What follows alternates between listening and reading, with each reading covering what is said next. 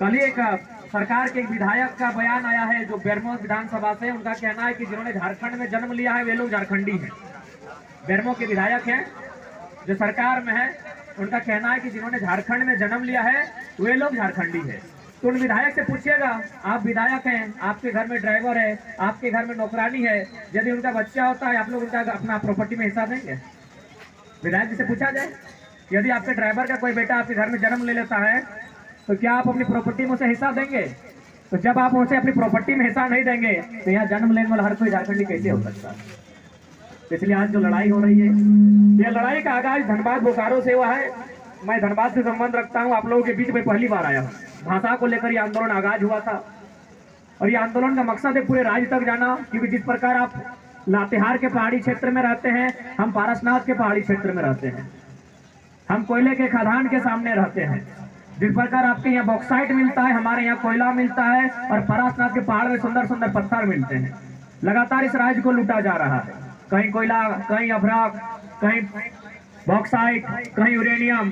तो ठीक आज इस राज्य को लूटने से बचाने के लिए हमें आज जिस प्रकार फुटबॉल में एकजुटता का परिचय देते हैं, ठीक उसी प्रकार राज्य के लिए एकजुटता का परिचय देना होगा। आज बड़े भाई ने बड़ी सुंदर बात कहा कि झारखंड एक सुंदर राज्य है, लेकिन आज हमारी बहनें जो अन्य राज्यों में जाती है वो नौकरानी बनने जाती है। लेकिन आपको जानकारी होनी चाहिए, हमारे राज्य जैसी देश में केरल, अगर वहां की बहनें अपना घर छोड़ती हैं तो डॉक्टर नहीं बनने के लिए घर छोड़ती है। और कितना दुर्भाग्य की बात है कि हमारी बहनें अगर घर छोड़ती हैं तो एक मामूली दाई और नौकरानी का काम करने के लिए घर छोड़ती है, जबकि वह राज्य जहाँ 40% अकेले हम लोग खनिज संपदा देते हैं। तो आज अगर आज हम लोग नहीं सोचते हैं, आज अगर हम लोग नहीं संभलते हैं तो एक दिन हमारा भी पतन होगा। आज आप गुमला के गांवों में रहते हैं, गुमला एक ग्रामीण क्षेत्र है, इसीलिए आपको संकट का आभास नहीं है। लेकिन आप रांची चले जाइए, रांची में जो बड़े बड़े महल मिलेंगे, बड़े बड़े जो बिल्डिंग मिलेंगे वो पहाड़ियों के मिलेंगे और हमारे लोग उन घरों में बर्तन मांजने का काम करते हैं। आज ये स्थिति झारखंड की है। और साथ ही ये फुटबॉल का मैदान है, तो मैं फुटबॉल खिलाड़ियों से ये कहना चाहूंगा कि फुटबॉल का खेल एक आउटडोर गेम खेलिए, एक इंडोर गेम खेलिए। इंडोर गेम आपके मन को तरोताजा करता है और आउटडोर गेम आपके शरीर को तरोताजा करता है। यही नहीं, खेल आपको जुनूनी बनाता है। एक बड़ी सुंदर पंक्ति कही गई है और विशेषकर अगर मैंने इस खेल को देखा, इस खेल से अभी सीख ले सकते हैं कि जब तक खेल का अंतिम समय ना आ जाए तब तक हार जीत नहीं मानी जाती है। पठान क्लब के खिलाड़ी बहुत अच्छा खेले, निसंदेह अगर खेल को अगर कंपैरिजन किया जाए तो मुझे लगता है 70% दबदबा पठान क्लब के खिलाड़ियों का रहा, लेकिन बाजी हाई स्कूल के लड़कों ने मार लिया। यही खेल का हिस्सा होता है कि जब तक अंतिम समय ना हो जाए, जब तक अंतिम विसिल न बज जाए निर्णायक का, तब तक आप ना माने कि कौन हारा है कौन जीता है। मैं आपको एक छोटा सा उदाहरण देना चाहूंगा। आप महेंद्र सिंह धोनी का नाम जानते हैं, हमारे रांची से उन्होंने भारत को वर्ल्ड कप जिताया है, लेकिन पहला वर्ल्ड कप भारत को कपिल देव ने जिताया था 1983 में। 1983 में पहली बार भारत की टीम ने वर्ल्ड कप जीता था क्रिकेट का। मैं एक घटना बताना चाहूंगा फाइनल का। इंडिया की टीम ने मात्र 183 रन बनाया था। आज 200 रन, 250 रन एक खिलाड़ी अकेले बनाता है, लेकिन इंडियन टीम ने मात्र 183 रन स्कोर किया था 1983 के वर्ल्ड कप में। यकीन मानिए, हमारे जो गांव के बड़े बुजुर्ग हैं उन्होंने कहा हम लोग रेडियो बंद कर चुके थे क्योंकि यकीन नहीं था कि इंडिया की टीम जीतेगी। और उतना तो छोड़िए, इंडियन टीम जो खेल रही थी उनमें से कुछ शादीशुदा थे, उनकी पत्नियों को इंग्लैंड की सरकार ने फ्री में टिकट दिया था कि आप लोग अपने पति का सपोर्ट करने के लिए आइए।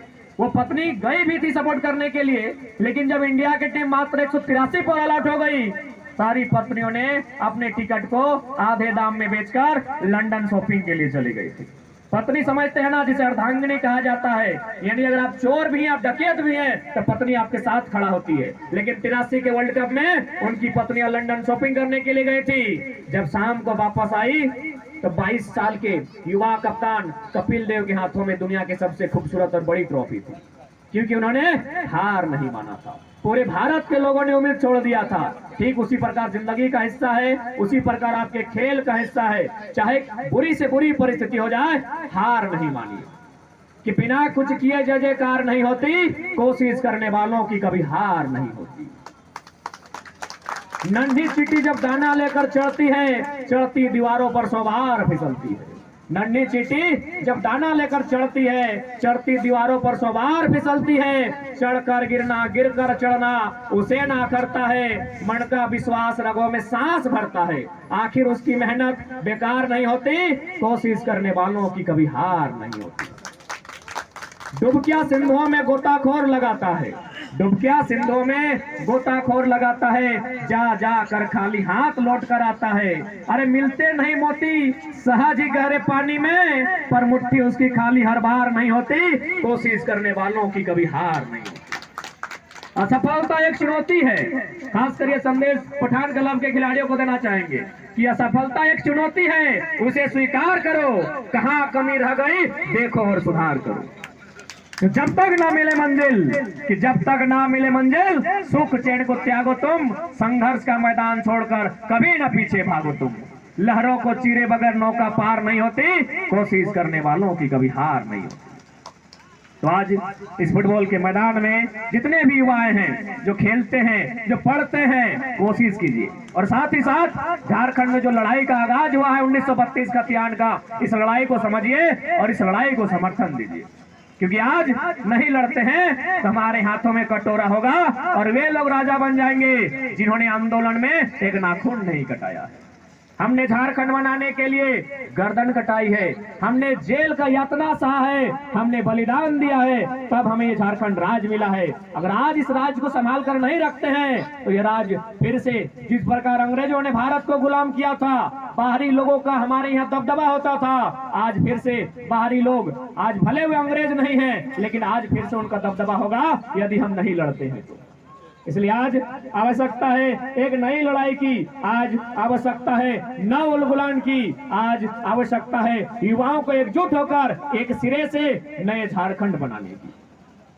प्रश्न उठता है कि झारखंड राज्य किसके लिए है, ये झारखंड राज्य क्यों बना है? सीधा सा उत्तर है, झारखंड के लोग जो सदियों से इस भूभाग में रहने वाले लोग, खेती के माध्यम से जिंदगी काटने वाले लोग, लगातार शोषित किए गए, लगातार छले गए, लगातार लूटे गए, उनके उत्थान के लिए, उनके विकास के लिए एक नया राज्य बना था जिसे झारखंड नाम दिया गया था।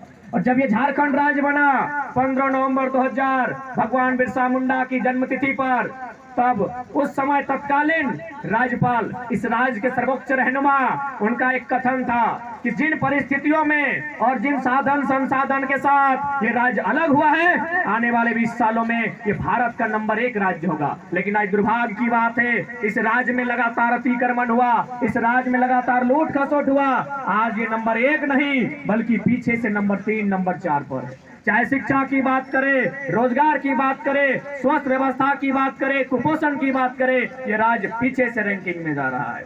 तो इसलिए यदि आपको लगता है ये राज्य मेरा है, मेरे पुरखों के बलिदान से ये राज्य बना है, तो आज आपको एक बार फिर से लड़ना होगा। आज हम किसी को भगाने के लिए, किसी को मिटाने के लिए नहीं, अपनी माटी को संरक्षण देने के लिए, अपने हक अधिकार को बचाने के लिए लड़ रहे हैं। यहीं बगल में आपका छत्तीसगढ़ है। क्या ये लोग जो आज यहाँ मैच देख रहे हैं, ये लोग अगर छत्तीसगढ़ चले जाएंगे, क्या वहाँ की सरकार इन्हें छत्तीसगढ़ का दर्जा देगी? क्या ये लोग वहाँ सरकारी नौकरियों में फॉर्म भर सकेंगे? नहीं भर सकेंगे। बगल में बंगाल है, यदि ये लोग बंगाल चले जाएंगे तो क्या बंगाल की सरकार उन्हें वह संरक्षण देगी? नहीं देगी। हमारा पड़ोसी राज्य है बिहार, जहाँ से हम अलग हुए, क्या हमारे लोग बिहार चले जाएंगे मास्टर बनने के लिए? क्या उन्हें बनने दिया जाएगा? नहीं दिया जाएगा। फिर झारखंड में सभी राज्यों के लोगों को क्यों यहाँ अधिकार दिया जाएगा? झारखंड झारखंडियों का है, ये हमें और आपको, नई पीढ़ी को मिलकर तय करना होगा, और नहीं तो फिर वही होगा जो सरकारी रिपोर्ट कहती है। गुमला के आंकड़े बहुत ज्यादा कहते हैं कि यहाँ की बहनें एक नौकरानी बनने के लिए दिल्ली जाती है, ये सरकारी आंकड़े कहते हैं। तो क्या हमारी बहनों को यही सौगात मिलना था नए झारखंड में? क्या इसी सपने के साथ झारखंड अलग हुआ था कि हमारी बहू बेटियां अपना आंगन इसीलिए लांग कर जाएगी तो उसे एक नौकरानी बनना होगा? वहीं केरल है, वहीं कर्नाटक है, तमिलनाडु है, बंगाल है, वहां की बहन घर से बाहर आती है, वो शिक्षिका बनती है, वो नर्स बनती है, वो डॉक्टरनी बनती है, वो इंजीनियर बनती है। लेकिन दुर्भाग्य की बात है, हमारी बहनें नौकरानी बनने के लिए घर को त्याग करती है। क्या हमारा पुरुषार्थ आज हमारे खून में जरा भी उबाल नहीं ले रहा है। अगर नहीं ले रहा है तो समझिए हम लोग गुलामी को चुनौती दे चुके हैं, गुलामी हमारी ओर बढ़ रही है। फिर ये मत कहिएगा कि हमने गुलामी को स्वीकार किया। अगर हमारा रक्त नहीं टपक रहा है, अगर हमें लड़ने का हुंकार नहीं भरा जा रहा है, तो गुलामी को स्वीकार कीजिए और जैसे जिंदगी चल रहा है चलने दीजिए। और अगर चाहते हैं कि धरती हमारी, ये माटी हमारी, इन नदियों का पानी हमारा, तो एक बार फिर से लड़ना होगा, एक बार फिर से लड़ना होगा। क्या यही सपना था सिद्धू कान्हू का? क्या यही सपना था बिरसा मुंडा का? क्या यही सपना था विनोद बाबू गुरुजी का, निर्मल दा का? यही सपना था? नहीं था। उनका सपना था यहाँ के लोग जो खेतों में रहते हैं, जो गाँव में रहते हैं, जो गरीब तबके के लोग, मजदूर, आदिवासी, कामगार लोग, वे लोग आगे बढ़ेंगे। तो वे लोग कैसे आगे बढ़ेंगे? यहाँ एग्जाम होता है जेपीएससी का, सीटें बेची जाती है 50 लाख 60 लाख में। यहाँ एग्जाम होता है जेएसएससी जेईई का, पता चलता है मुंगेर और उड़ीसा के लोग पहले क्वेश्चन पेपर लीक कर चुके हैं। क्या इसी दिन के लिए झारखंड बना था? आप सभी अभी हाई स्कूल के लड़के खेल रहे थे, वे लोग आज 10वां में है, कल 12वां करेंगे, ग्रेजुएशन करेंगे, उसके बाद एक नौकरी की मांग करेंगे। कहां से मिलेगा नौकरी उन्हें? यहाँ परीक्षा होता है और सेटिंग मुंगेर, बिहार और उड़ीसा के लोग पेपर सेटिंग करते हैं। क्या इसी दिन के लिए झारखंड राज्य बना था? हमारे विनोद बाबू ने एक लाइन कहा था कि झारखंड 2 दिन में अलग हो जाएगा, लेकिन इसे चलाएगा कौन, इसे संभालेगा कौन? आज वही परिस्थिति हमारे सामने है। आज राज्य हमारा है, आज मुख्यमंत्री भी हमारे हैं, लेकिन चला कौन रहा है उन्हें? हुगली नदी का सुप्रियो भट्टाचार्य, बंगाली बाबू उसको चला रहा है जिसका वो बाल नहीं उखड़ा है। आज पिंटू श्रीवास्तव गंगा नदी का जिसका वो नाखून नहीं कटा है, आज वे लोग झारखंड राज्य को चला रहे हैं। क्या इसी दिन के लिए राज्य बना था? अगर नहीं तो एक बार फिर से नौजवान हो, तो एक बार फिर से हुक्कार करो और अपने राज्य तुम्हारा, माटी तुम्हारी, भाषा भाषा तुम्हारी, इसका संरक्षण कैसे होगा ये तुम्हें मिलकर, ये हम सबको मिलकर तय करना होगा। और नहीं तो जिस प्रकार दुनिया का इतिहास रहा है, अंग्रेजों ने 71 देशों को गुलाम किया था, ये आपका झारखंड फिर से गुलाम होगा, बाहरी लोगों का गुलाम होगा। और क्यों? हमने तो कभी बंगाल में अधिकार नहीं मांगा है, हमने बिहार में अधिकार नहीं मांगा है, हमने छत्तीसगढ़ में अधिकार नहीं मांगा है। तो झारखंड की बाबा जी का ढाबा है, कोई आएगा कभी भी आएगा, कहीं भी बस जाएगा। जब हमारे लोगों को बाहर में अधिकार नहीं है तो बाहरी लोगों को भी यहाँ अधिकार नहीं मिलना चाहिए। बाकी आप लोग समझदार लोग हैं, आप लोग को जो स्वीकार है। हम तो धनबाद से चलकर आए हैं, आज धनबाद और बोकारो की जमीन से 8 महीने से आंदोलन हो रहा है, 8 महीने से लगातार आंदोलन हो रहा है। आज भी देखिए सरकार 18 भाषा को यहाँ घुसाने का काम किया है, जबकि लोकल लैंग्वेज किसे कहते हैं? जो उस माटी में जन्म लिया हो। जिस प्रकार केरल की माटी में नारियल का जन्म होता है, कश्मीर की माटी में सेव का जन्म होता है, झारखंड की माटी में सखवा सराय केन भेलवा का जन्म होता है। तो माटी के अनुसार भाषा का भी जन्म होता है, माटी के अनुसार भाषा का भी जन्म होता है। आदरणीय माननीय डॉक्टर रामदयाल मुंडा की रिपोर्ट ने 9 भाषाओं को तय किया था कि यही 9 भाषाएं झारखंड के भाषा के रूप में, स्थानीय, क्षेत्रीय और जनजातीय भाषा के रूप में चिन्हित की जाएगी और झारखंड का उत्थान इन्हीं भाषाओं के माध्यम से होगा। लेकिन आज 9 नहीं, इस बेशरम सरकार ने 18 भाषा जोड़ दिया है। क्या इसी दिन के लिए अगर यही करना था, यदि बिहार की भाषाओं को यहाँ मिलाना था, यूपी बंगाल की भाषाओं को यहाँ मिलाना था, तो 88 साल का संघर्ष क्यों? 88,000 बलिदान क्यों? क्यों जेल की यातनाएं? क्यों माओ बहनों का सिंदूर उजड़ा? अगर इसी दिन के लिए तो फिर क्यों ये झारखंड राज्य बना था? आज हर झारखंडी ये सवाल करता है कि झारखंडी राज्य क्यों बना था, किसके लिए बना था और क्या जरूरत थी इतनी कुर्बानी देने की? इसलिए आज जितने भी नौजवान हैं उन्हें समझना होगा, आज उन्हें समझना होगा। आज हमारे लोग प्रदेशों में जाते हैं और प्रदेश के लोग यहाँ माफिया बनकर लाखों कमाते हैं। क्या इसी दिन के लिए राज्य? अगर आपको जरा सा भी डर सताता है तो इतिहास के पन्ने पलटिए। आपकी धरती ने हमेशा आंदोलन किया है। कोल्हान की बात करें, दक्षिणी छोटानागपुर की बात करें या उत्तरी छोटानागपुर या संथाल परगना, इस माटी ने हमेशा विद्रोह किया है। एक बार फिर से बताइए कि हमारे जो तीर कमान है उनमें आज भी जंग नहीं लगा है।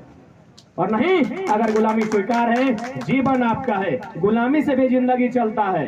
अंग्रेजों का गुलामी हमने 200-250 साल किया था, उस समय भी बहुत सारे राजा लोग सेटिंग करके चलिए रहा था, जिंदगी ऐसे भी चलेगा। लेकिन अगर स्वाभिमान के साथ जीना चाहते हैं तो आज झारखंड फिर से एक उलगुलान मांगता है। आज झारखंड फिर से एक उलगुलान मांगता है, एक ऐसा उलगुलान जहाँ सिर्फ और सिर्फ झारखंडियों को हक अधिकार मिले। बाकी जो अन्य राज्य के लोग हैं वो नियम से आए, 10% में आए, 15% प्रतिशत में आए, जिस प्रकार हमारे लोग बिहार जाते हैं, हमारे लोग अन्य राज्यों में जाते हैं, 1% में आए, बाकी आना है नियम से आए, क्योंकि राज बना है जिनके लिए। वे लोग कहाँ हैं, वे लोग कर क्या रहे हैं, ये सोचने का विषय है। क्योंकि फुटबॉल का मैदान है और समय भी काफी अब फाइनल के लिए है। यही संदेश देना चाहेंगे कि आज राज्य के जितने भी युवा हैं, उन्हें आज एक नव उलगुलान की ओर बढ़ना होगा, उन्हें लड़ना होगा, तब जाकर इस राज्य का निर्माण होगा। और साथ ही साथ आपकी जो भाषा, संस्कृति, परंपरा है, उसे बचाकर रखिएगा। अगर भाषा परंपरा कब समाप्त हो गई तो इंसान खत्म हो जाता है। मैं उदाहरण देना चाहूंगा, आपने, क्योंकि सभी नए लड़के हैं, फुटबॉल खेलना यानी नया लड़का लोग होता है, आपने बाहुबली का फिल्म देखा होगा, देखे है ना? बाहुबली का फिल्म तो थोड़ा याद कीजिएगा। वहां पहली बार हीरो और हीरोइन की जब भेंट होती है, थोड़ा देर के लिए अपने आप को हीरो मान लीजिए ना, पहली बार भेंट होती है तो वहां एक शब्द का जिक्र होता है कि पिंडारियों ने हमला कर दिया। लड़ाई होता है, उस समय प्रवेश होता है ना, तो पिंडारी कोई फिल्म का कैरेक्टर नहीं है। आज से 220-25 साल पहले वास्तव में पिंडारी लोग भारत की माटी में रहते थे। आज एक भी पिंडारी व्यक्ति नहीं है। क्यों? उसकी भाषा खत्म हो गई, उसकी संस्कृति खत्म हो गई, उसका परंपरा खत्म हो गया। आज पिंडारी लोग खत्म हो गए हैं।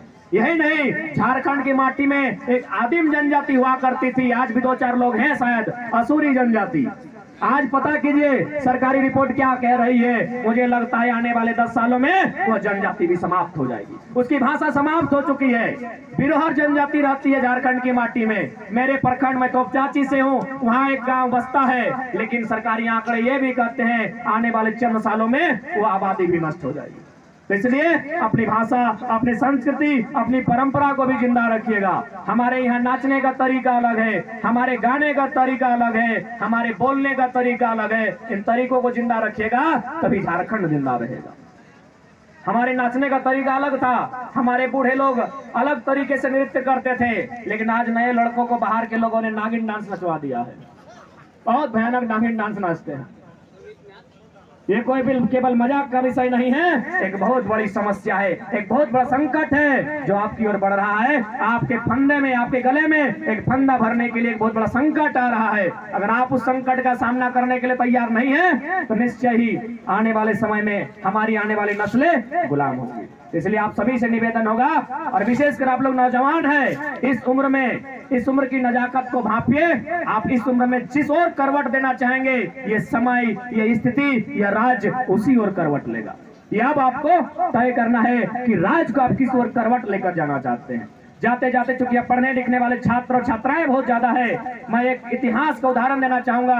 आपने नेपोलियन बोनापार्ट का नाम सुना होगा, पढ़ने वाले छात्र, नेपोलियन बोनापार्ट का नाम आपने सुना होगा। जिस प्रकार भारत में क्रांतिवीर नेताजी बोस, सरदार पटेल, ठीक उसी प्रकार फ्रांस में नेपोलियन बोनापार्ट को ले लेते हैं। नेपोलियन बोनापार्ट एक बहुत बड़े सेनापति थे, बहुत बड़े योद्धा थे, लेकिन मैं उनकी वीर गाथा सुनाने नहीं आया हूँ। मैं उनके जीवन की एक छोटी सी घटना सुना रहा हूँ। एक बार वो उनकी माता ने उन्हें लेकर एक ज्योतिष के पास गए। ज्योतिष समझते हैं ना, जो हाथों की रेखा को देखता है, जो भविष्यवाणी करता है। सब अपने अपने तरह से करते हैं, कोई गणक कहता है, कोई ज्योतिष कहता है, कोई अपनी भाषा में कुछ और कहता है, यानी जो आपके भविष्य को बताता है हाथ को देखने के बाद, या फिर चावल देखने के बाद, आपके घर की मिट्टी देखने के बाद। तो ठीक उसी प्रकार नेपोलियन बोनापार्ट की माँ नेपोलियन बोनापार्ट को लेकर एक एस्ट्रोलॉजर यानी ज्योतिष के पास गई थी और कहा, इसके हाथ को देखिए और इसके भविष्य का निर्माण क्या होगा, इसके भविष्य का निर्धारण क्या होगा, कृपया बताइए। ज्योतिष ने उसके हाथों को देखने के बाद, हाथों की लकीरों को देखने के बाद कहा कि देखिए आपके बेटे का भविष्य बहुत अंधकारमय होगा, आपके भविष्य, इसका भविष्य बहुत दुखमय होगा। तो नेपोलियन बोनापार्ट शायद 10 या 12 साल की आयु में थे, जिस आयु में फुटबॉल खेलने वाले लड़के थे अभी। कहा कि श्रीमान आप ऐसा कैसे कह सकते हैं कि मेरा भविष्य अंधकार होगा। बोला, बाबू तुम्हारे हाथ की लकीरें कह रही है। तो नेपोलियन बोनापार्ट ने एक लाइन कहा कि मेरे हाथ की लकीरें इधर के जगह अगर इधर जाती तो क्या होता। तो फिर ज्योतिष ने कहा, ये तो विधि का विधान है बाबू, ऊपर वाले ने ऐसा ही लिखा है तुम्हारी हाथ की लकीरों में। नेपोलियन बोनापार्ट ने 1 मिनट का देर नहीं लगाया, अपने कमर में बराबर एक छोटा सा छुरा लेकर चलते थे, उस छुरे को निकाला, अपने हाथों में रखा, एक बार ऊपर से एक बार नीचे से, और लथपथ खून से लथपथ बहे हाथ को दिखाया और कहा, कहिए ज्योतिष महाराज अब मेरा भविष्य क्या होगा, क्योंकि मेरे हाथ में लकीर ही नहीं है। आप जिस लकीर को देखकर दुहाई दे रहे थे कि मेरा भविष्य ऐसा होगा वैसा होगा, अब तो मेरे हाथ में लकीर ही नहीं है, अब आप क्या कहेंगे? उस ज्योतिष ने सर में हाथ रखकर और कहा कि जिस नौजवान में इतना साहस हो वो विधि के विधान को मिटा सकता है, काल के कपाल में लिखे को टाल सकता है। आप उम्र की उसी अवस्था में हैं तो ये मत कहिएगा कि मेरी किस्मत में तुम नहीं, शायद किस्मत का निर्माण तुम्हें स्वयं करना होगा, क्योंकि तुम उम्र के उसी पड़ाव में हो जिस पड़ाव में कभी नेपोलियन बोनापार्ट हुआ करते थे।